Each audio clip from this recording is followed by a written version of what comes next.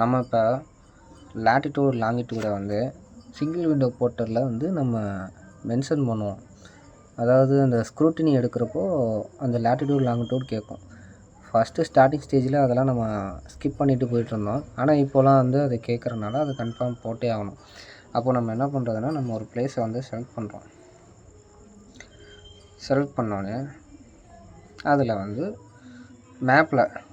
மேப்பில் வந்து ஒரு பிளேஸை செலக்ட் பண்ணோன்னே இந்த மாதிரி வந்து நமக்கு கீழே பாருங்கள் 11.6234670 இப்படி ஒரு நம்பரு. இது வந்து லேட்டிடியூடு. அடுத்தது 78.0751.247 இப்படி ஒரு நம்பர் வரும். இப்போது அந்த நம்பரை வந்து நம்ம காப்பி பண்ணிக்கணும். காப்பி பண்ணிக்கிட்டோம்னா அடுத்ததான் நம்ம குரோமில் போங்க. லேப்டாப் இருந்துச்சுன்னா அதுலேயும் இப்படியே தான், சேம் தான்.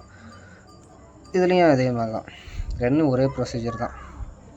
நம்ம வந்து கூகுளில் வந்து அதை அப்படியே பேஸ்ட்டு பண்ணிக்கிட்டோம்னா நம்ம மேப் இருக்குது பாருங்கள், ஸோ ஃபார் மேப்புன்னு இருக்குல்ல, அதை டச் பண்ணோம்னா இதில் இன்னொரு தடவை மேப்பில் வந்து காட்டும் அதே லொக்கேஷன். அப்போ காட்டுறப்ப என்ன பண்ணணும், நமக்கு இந்த மாதிரி நார்த் ஈஸ்ட்டுன்னு சொல்லிட்டு இந்த நம்பர் 2 நம்பரையும் இந்த மாதிரி டிகிரிஸில் காட்டும். லேட்டிடியூட் தனியாக, லாங்கிடியூடு தனியாக.